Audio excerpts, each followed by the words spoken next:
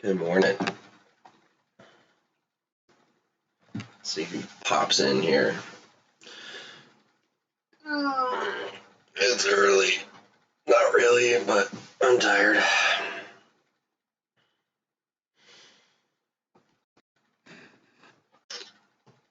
I took a week off, and now everybody's like, screw this guy. Not watching his stream.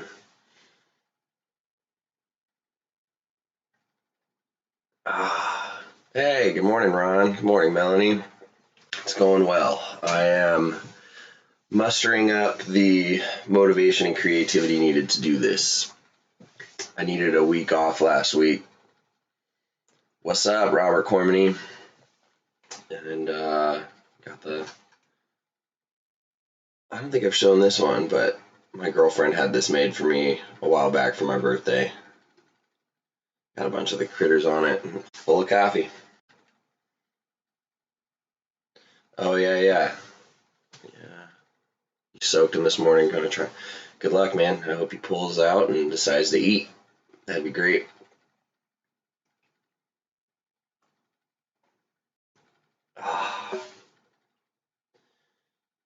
So, I only have a couple things that I was going to throw out there, and then I was hoping this would become sort of a fluid chat like it usually does, and see where the wind takes us a little bit. Oh, excuse me. Got a lull in the season right now, not a whole lot going on, and just doing things. Work's been good, keeping me busy. Just tinkering with our green tree python setup and doing some work with the turtles that are causing trouble. If anybody's worked with large groups of turtles during the breeding season, they get into all sorts of trouble. Biting each other, messing up their enclosures, getting stuck in rocks, things like that. So just been doing some turtle time, cleaning up around the place, and yeah, just doing my thing. This week I'll be kind of all over the zoo, probably doing about as much mammal work as reptile work, so expanding my horizons, so to speak. I found that one of our emus doesn't like it when I wear my blue hat at work, so I take that off and it's like he's a different animal, so that's pretty cool. Will I be at the Pleasanton Reptile Show this weekend? Yes. Only Saturday. I think I'm going to drive out there for the day. It's my one day off. I'm going to try and get cleaning done in the morning and then go say hi to some friends. I know Jimmy Cruz from Ball Life is going to be there. He's the man. I think Scott Bolter is going to pop by. He's a good friend, so I'd like to see him. And then anybody else who happens to be around. I'm obviously not going to be vending. I won't be buying anything either because I have a purchase that I need to make today. I'm not going to say what it is yet, but it's not an animal, but it's going to eat up most of my paycheck, so being diligent with the funds. So, but yeah, I'd like to get out there. Good morning, Terry. I'd like to get out to the Pleasanton show.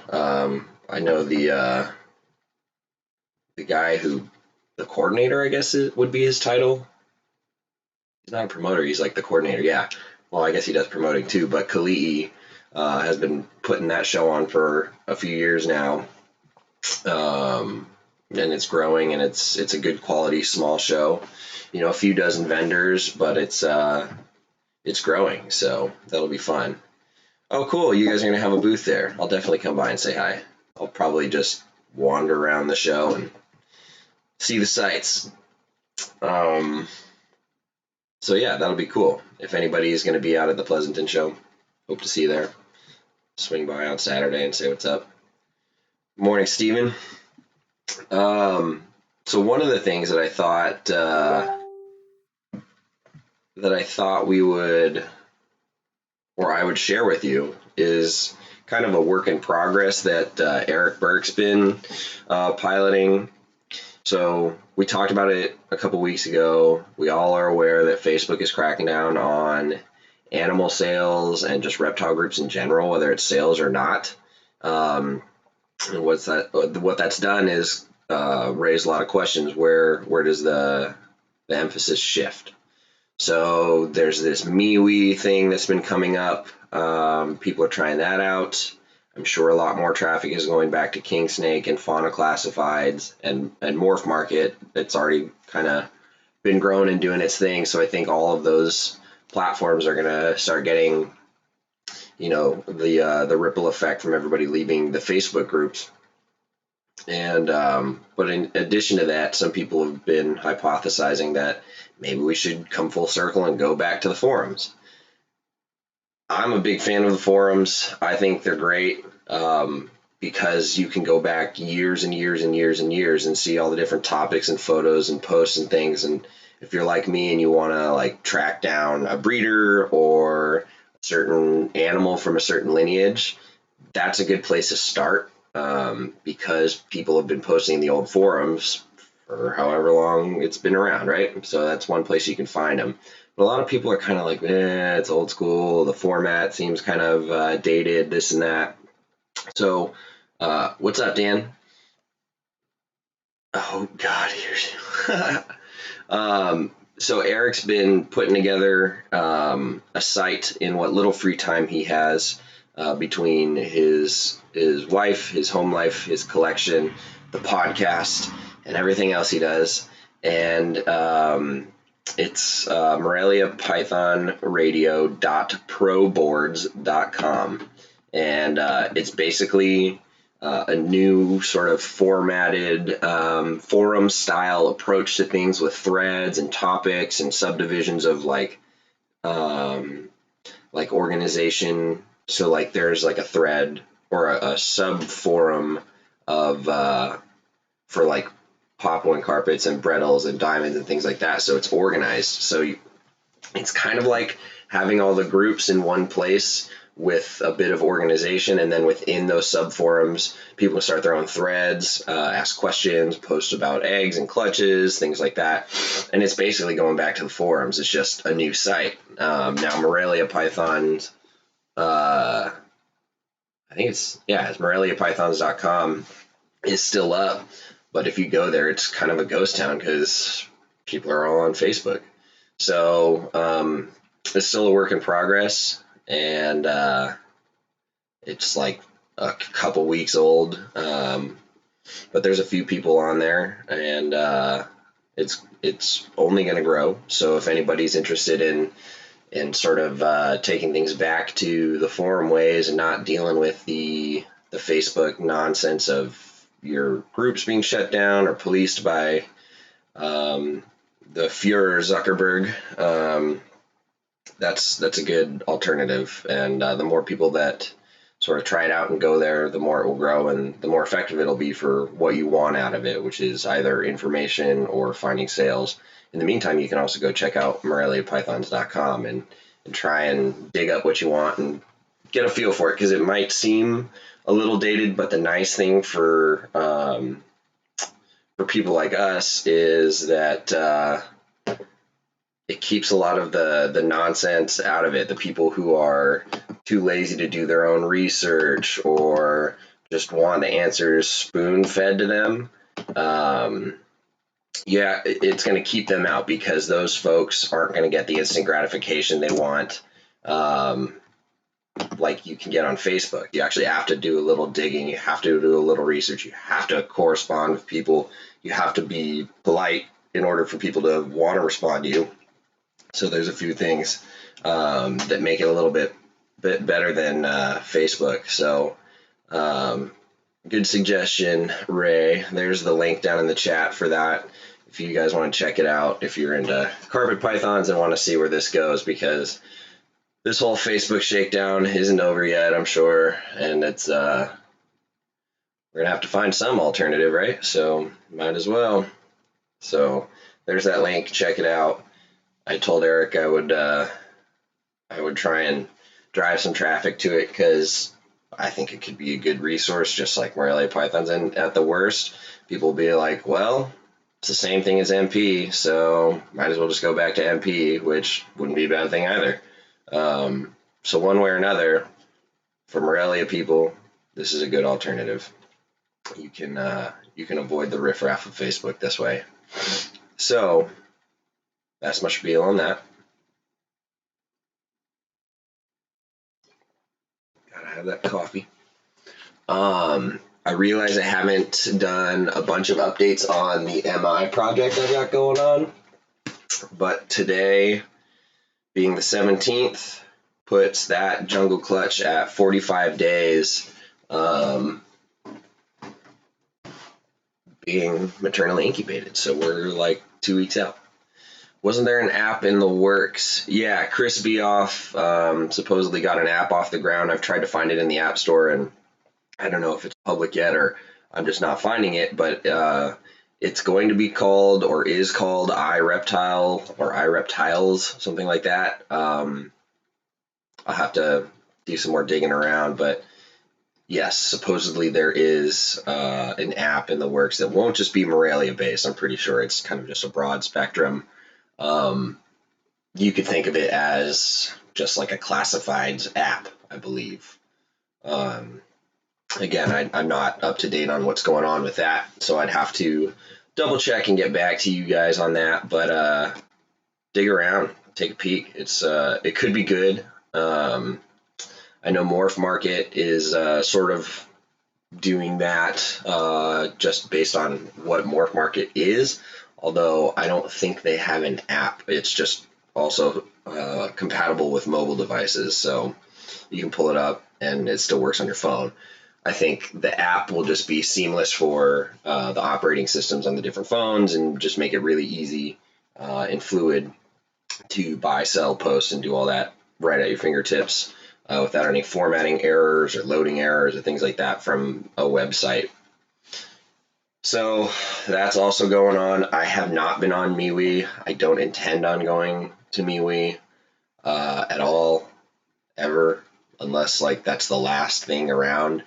Just because it's a little exhausting coming up with more logins and more accounts and being all over these different things. Like when there's already King Snake, Fauna, MP, there's already these other great resources that still exist. I don't need to go to other ones. So I don't know. You guys can tell me if MeWe is good, if it's formatted well, if it's working, or if it's just a band-aid on a bigger issue. No knock to it, though. I know plenty of people are already on it, so I'm not there, and I don't intend to be. So that's that. The zebra to zebra clutch is 16 days in and looking perfectly. All eggs are still good, all 13. So it looks like this is the year where all I'm getting is a couple clutches of jungles and the Papuans. Still waiting on that children's python, but she's at like day 41, 42 after her post-op shed. And I've been talking to a good friend of mine who's an Antaresia minded individual, and he said they actually average much longer in the post-op stage than other pythons. They breed easily, but they take a while to basically pop those eggs out. And so, 40 days isn't long. It's kind of typical almost, I would say. So it's very humbling because it's the first time breeding that species, and I realize I have no idea the specifics and what I'm doing. Following a formula, following recommendations. It's very humbling because, once you breed a few clutches of different pythons, you're like, oh, I sort of have them figured out, and then you don't. For example, I still can't breed coastals. I don't know if I'm getting impatient and misreading signs and then just not putting the males in long enough, but for whatever reason, I'm getting skunked again because that female caramel is eating. She was giving me all the signs, side rolling, swelling, and all these things. I was putting the male in. They were ignoring each other. I don't know. Maybe it's they're not old enough.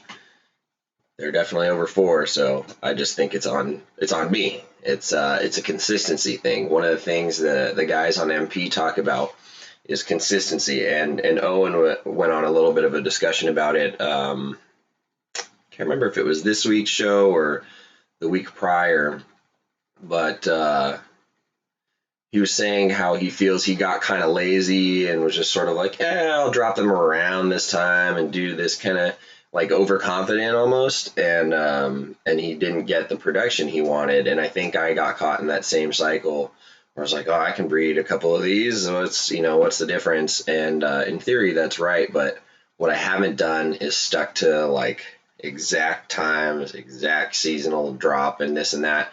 Partly because I had moved a couple times over the last 2 years, and the climate is very different up here. And what I am used to doing is sort of following the outside weather and seasonal changes. And we had a wacky winter. I mean, it rained and we got cold, so I don't think that was the issue. I just think it's on my end. So. Was this year kind of rough for most people? I keep seeing lots of slugs and crappy clutches from people. I didn't have the best year myself. Yeah, I've been hearing and seeing that too. I'm sitting on a clutch that's out and 2 going. That's 3, but I had intended on, I'd paired like 8 pairs. Earlier on, if you'd have talked to me about it then, some of you had, I was very confident that I was going to get 5, maybe 6 clutches. Again, it's on me. I definitely assumed too much and then got comfortable, I think, and then kind of got lazy towards the end. We see some good signs. We see animals locking. We see interest, and then we see disinterest. We're like, oh, they're good. But I don't know, if what we need to do is just keep being persistent and pairing or what. But very humbling. I've only been breeding snakes for 5 or so years, keeping snakes since I was a kid. But you learn something every season, and it's always a different year each year, and different variables and different animals. And I'd like to think that next year some of the animals that didn't go will have a better shot because they'll have another year under their belt, another year of consistency here and not moving around. Adjusting to everything shouldn't be an issue by then, because it'll have been, by next season it'll have been like 2.5 years I've been living here. So we'll see. But trying to ideally, I'd like to be able to breed all the different carpet pythons. So far, jungles and Papuans I can do with my eyes closed, it seems. Watch, just because I said that, I'll never get more. But I still need to check coastals and Darwins off my list. I've got the breadleg growing up, so hopefully in a couple of years I can try them out. I'd like to add inlands to the collection and diamonds one day as well, but space is tight, so got to be strategic about it. So, hey, what's up, Kenny? Seems like, well, at least someone's got coastals on the ground. Congrats, Robert. That's awesome. They're due on June 7th. Nice. Right before Northeast Carpet Fest. Oh yeah, I'll make a quick plug. Northeast Carpet Fest, the weekend of June 8th and 9th, I believe. And then Southwest Carpet Fest, July 27th in Atascadero. The Northeast one is in Warminster, PA at Eric's house. Both of them have Facebook pages. Both of them, the best way to get in touch and figure things out is to go on those Facebook pages. I know it's ironic we're talking about Facebook shutting down animal groups and things like that, but that's where the communication's at. So stay tuned in there, I suppose. But yeah. I'm unusually tired this morning. I've already driven out to UC Davis. I dropped Brian's Retic Jr. off for a checkup. He had his surgery a couple weeks ago, so they're just checking things out. So, Kenny, you're in Stockton. It's not too far away. I went to school out there and lived there for a couple of years. I'm familiar. Head out to the Pleasanton show tomorrow, if you have time, of course.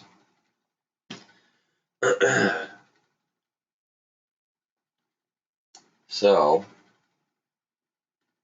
yeah, the Exanic Coastal, I was hoping to go. She didn't go. Not terribly surprised because she is young. She's got her appetite though. She's really hungry. She's, plenty big. I'm sure she'll grow a little bit more, but one more year of maturity might be what she needs. Let's see. Dot back here is just pounding food and thrashing the cage. See you later, Melanie. Hopefully she'll go next year. She's plenty old and mature, but she just moved up into my collection, last year or whatever. Maybe it was more than that. But anyway, she's here on loan from my friends Terrell and April from Designer Exotics. So we're going to try going for the Visual Exanic Super Zebra next season. Still going to go for that. But yeah, the more I go through this season, the more I realize, if I'm not getting the production I want, it's probably because of me. It's probably because I'm spread too thin and getting lazy. So I'm gonna sort of narrow things down a little bit. Not really getting rid of anything. I'm still, moving on from the Madagascar hognose. They're still here, but I think eliminating a few projects from my workload will allow me to focus more. I think, honestly, what I think I've been doing wrong with coastals, for example, is treating them like my jungles and Papuans in timeline when they go a tad bit later. And I've been misreading my females, which is a very, rookie thing to do, and I keep kicking myself over it, but it is what it is. Maybe one day I'll learn. So your female is 9, my male is 4. Put them together in September. Keep them together until January, then pull the male. I feed pretty heavy at the time. Yeah, I think that's another thing that I might tinker with that I haven't done is offer food like right away out of cooling. I've always just kind of let them do their thing and not really feed them because in my head I don't want them to get into back into a food cycle. I want them to stay in like the breeding cycle, but I think that's been working against me. So I think I might try and do that. I think I also might shorten my cooling period. I think I've been going too cool for too long, and starting that process a little early. And I think, with the weather, it gets cold, but I don't know. I've just got to pick a method and stick to it. So far, I've got the Papuans and the jungles figured out pretty well. So, hey, Carly. Hey, Chris. Morning. Welcome. What else? Yeah, those are kind of my thoughts on that. I think carpets need to be like 4 for females. Obviously my Papuan girl is not 4, and she gave me perfect clutch. So you don't cool at all. Yeah, so that's another thing. I think I might. I'm still probably going to cool a little bit. I really can't prevent the room from cooling with how cold it gets. I've got a window. There's definitely some ambient drops during the year, and the animals pick up on that. I think I've been letting the hotspot get too cool at night. For some of them, I don't know. I think I push some of them a little too hard, and I don't think they want to breed when it's like that cold. I don't know. Well, I could be completely wrong, but I think there's a few things I'm going to tinker with. Try and be a little more patient about starting the cooling period, and then I think That'll give me more time to get food into animals the before the shutdown, and then offer food, small meals coming out of cooling to really see what's going on. Oftentimes I hear of people giving an animal like 1 or 2 meals right out of cooling, and then it just boom, they just blow up, they stop eating, they go straight back into like their cycle, whatever it is. I'm not a biologist, so I don't know how that physically works, but sometimes people, you hear that that's kind of how they got an animal to really just kick off. So we'll see. My female jungle will be 5 before my boy gets the size. I'm all for giving them the time they need. 3 to 4 on a boy should be good, right? Yeah, actually, males can breed really young.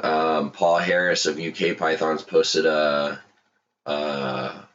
photo over in Morelia, pick of the week, of a female sitting on eggs that was sired by an 18-month-old boy. So males can definitely be ready to breed within 2 years, assuming you're able to get them up to size, because the size tends to lead to a little bit of maturity as well. The best way to tell is gauge your male's feeding response as you get into that time of year. I've got a couple younger animals that, like my Xanthic coastal or het Xanthic coastal tigers. The male was sort of showing me a little bit of indifference about food earlier in the season, like in February. He did cool with the rest of the rack a bit, but otherwise, like, I wasn't doing anything else, and he definitely sort of showed an indifference to food, and he gave me a shed that had sperm plugs in it, and he's not even 2. So males can certainly breed young, however, doesn't guarantee that there'll be like good viable clutches from them. You hear a lot of people attributing fertility issues or fecundity issues to young first-time males, and I'm sure that's a very valid thing. So yeah, I would say you can breed males younger, but females, it really seems to be like 4 years and up is kind of the sweet spot for most of them.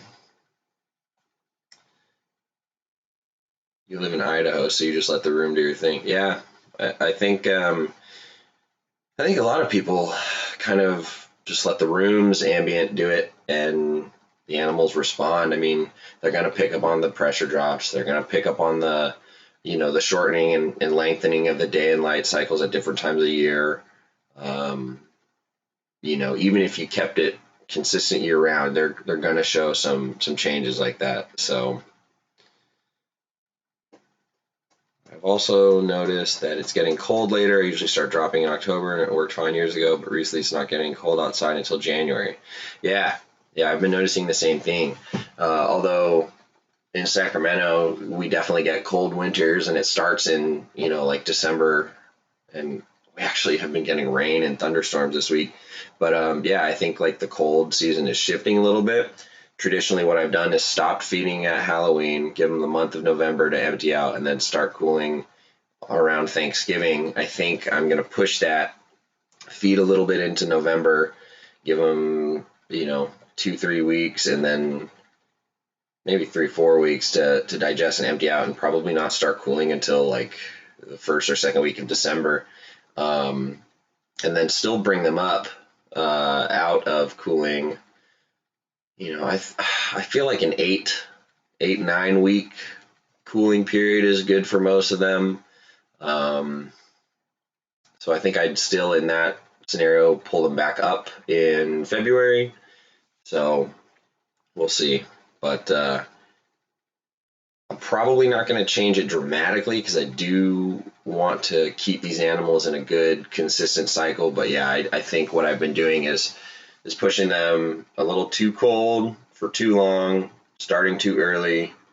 So we're gonna try a few changes around here this coming season, because got a lot of fun projects that I'd like to get producing. So I'd like my boy to be about 4 and the girl's at least 5 years old.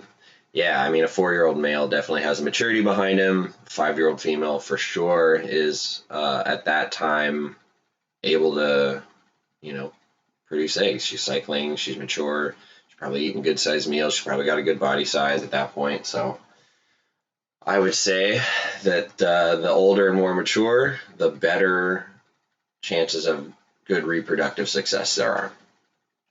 But like I said, I've only been, producing my own snakes for like 5 years.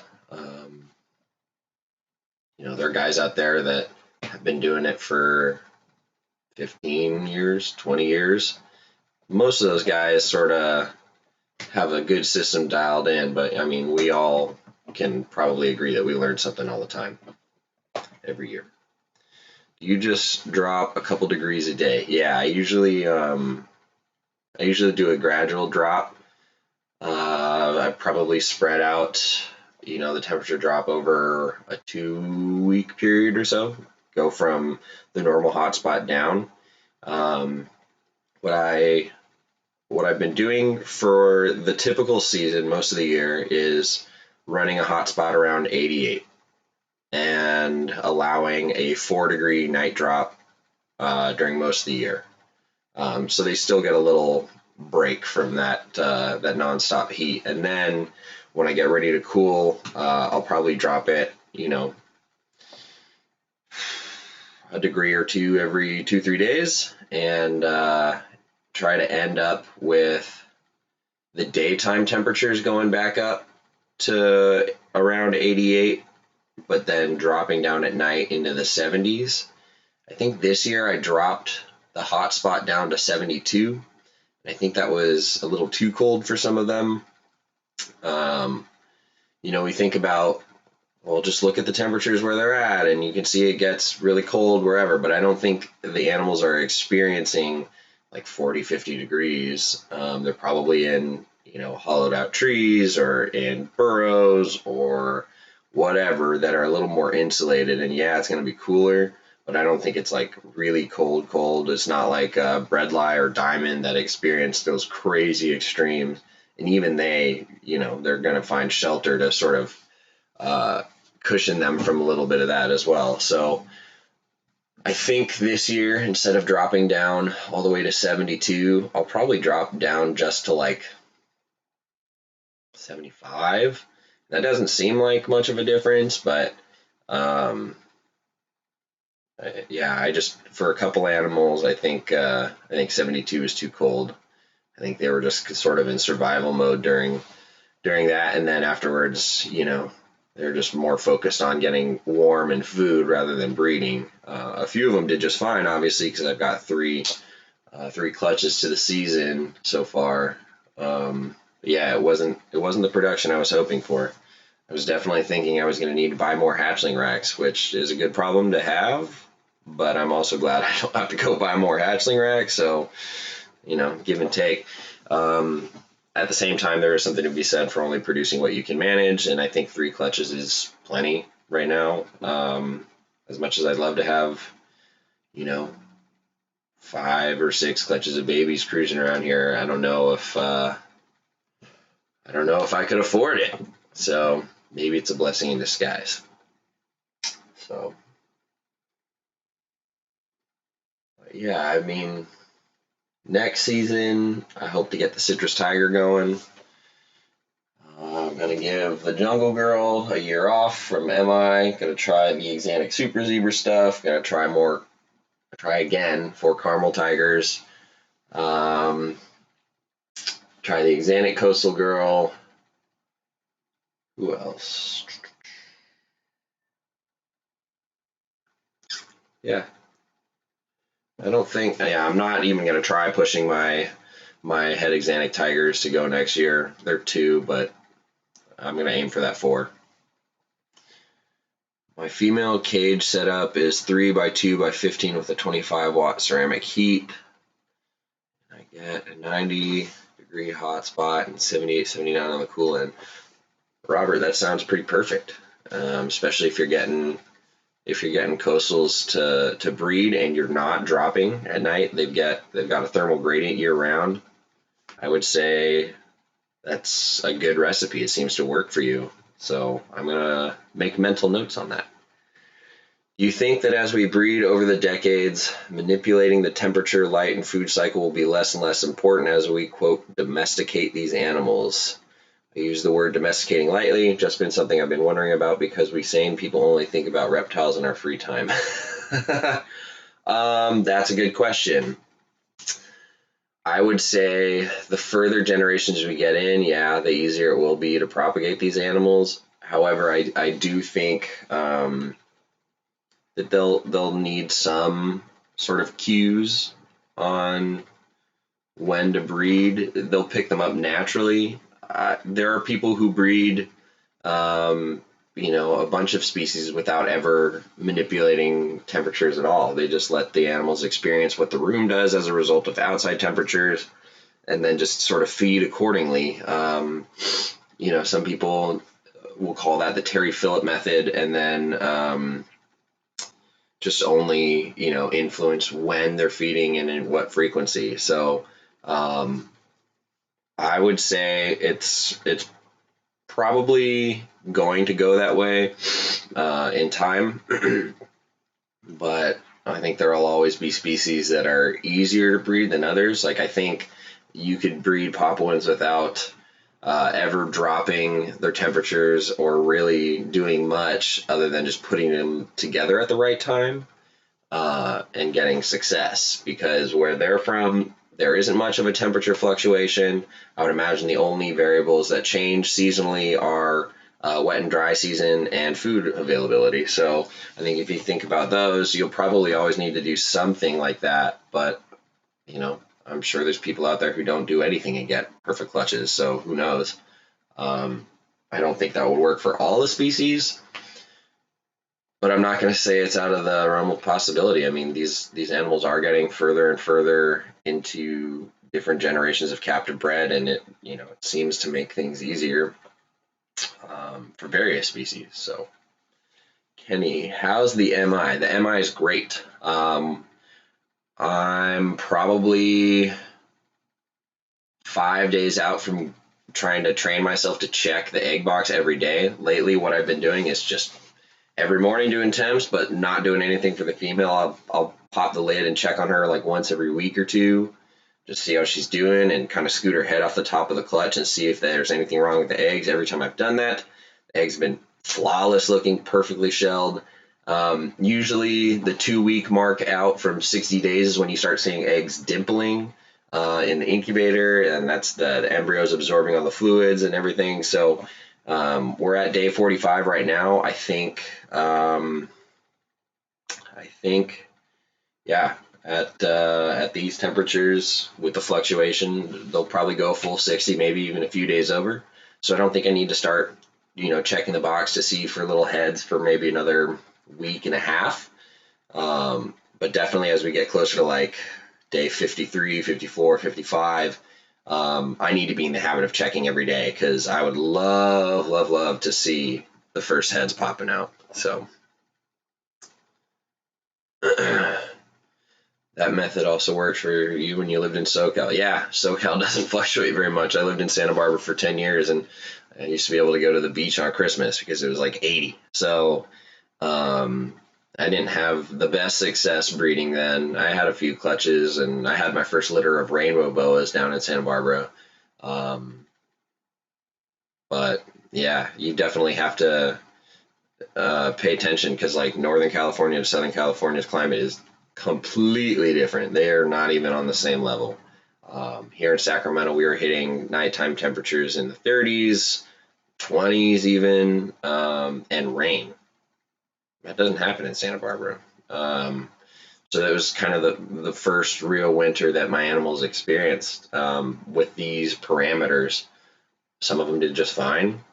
Some of them definitely seemed a little more stressed out than others. But yeah, I mean, I had a litter of rainbow boas last year up here that went really well. Some carpets last year, got carpets this year. So I think things are getting adjusted around here, myself and the animals. So we'll see. But yeah. And so far, I think half of the Papuan babies have shed. and all of them are cranky. They like to bite a lot. I did a little Instagram story showing one off, and I just was sort of like colloquially talking to myself about, why are you guys so angry? You're supposed to be the nice ones, because I've sat up here and told you guys dozens of times how Papuans are like the best carpets. They're so mellow, they don't bite, they don't have that, stereotypical behavior. And here I am with a full clutch of them acting like little monsters.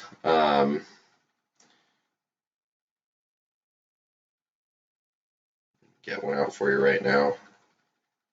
I gotta do some cleaning today. And I think the more I handle them, the better they're getting behaviorally.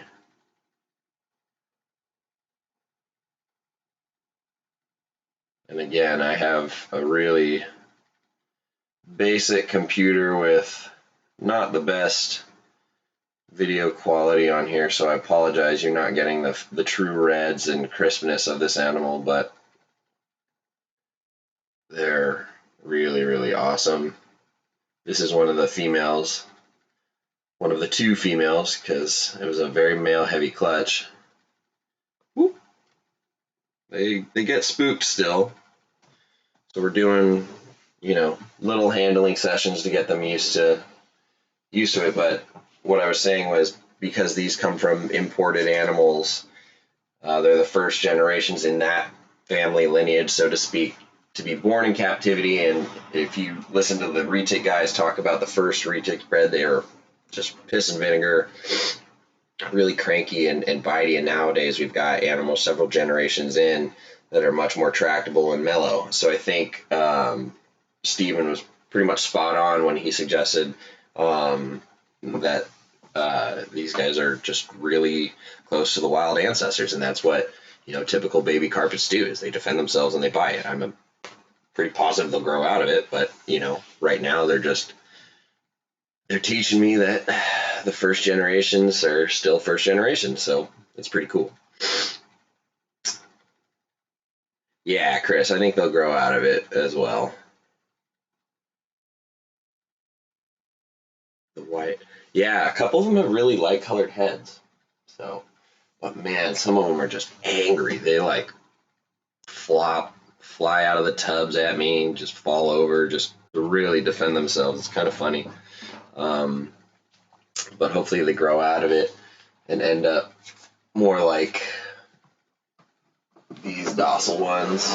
These are, we're going near shit, aren't we? These guys are some of the imported ones that I got from Dan in January, and not one of them has even tried to bite me. Obviously much older and gone through some color change. So they'll end up like this soon enough, I'm sure. This is a male farm hatched animal. Doing really, really well. You can see how smoking hot these are.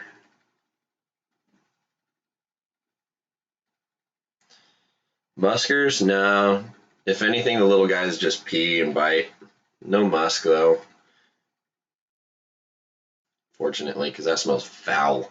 Just awful when they do that. So, not a fan of that. It's partly why I'm kind of over the Madagascar hognose, because they're just messy and nasty.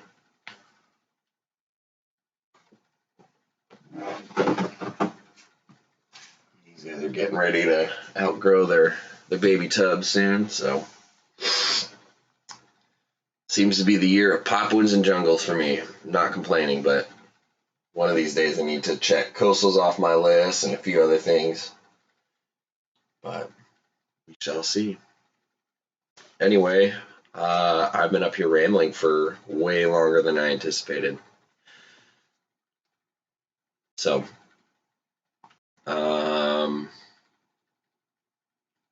yeah. I think, so next week, let's see, next Friday, yeah, we should be able to do this next Friday. The MI will be at day 52 by then, so that'll be really exciting to see where we're at then. Don't forget, if you guys do plan on joining us next week, hit me up ahead of time. Give me some questions that you've been mulling over. A lot of people have been hitting me up with, ideas for cage parameters and cage builds and what's a good pair for this one and that. So I'm constantly answering questions, but if there's something like conceptually bigger you want to discuss on the air live here, let's do it. Otherwise, don't forget to go check out Morelia Python Radio .proboards.com. Check out the Morelia Python Radio podcast. Check out the Herpetoculture podcast. The Chondrocast. What other good podcasts? Yeah, I mean those are probably my top 3 podcasts. There's a few other that are out there a little less frequent, kind of a little more all over the place, different species focus, but those 3 are definitely nice and Morelia geared. So other good resources as well. And yeah, that'll do it. Yeah, see you next week. Peace.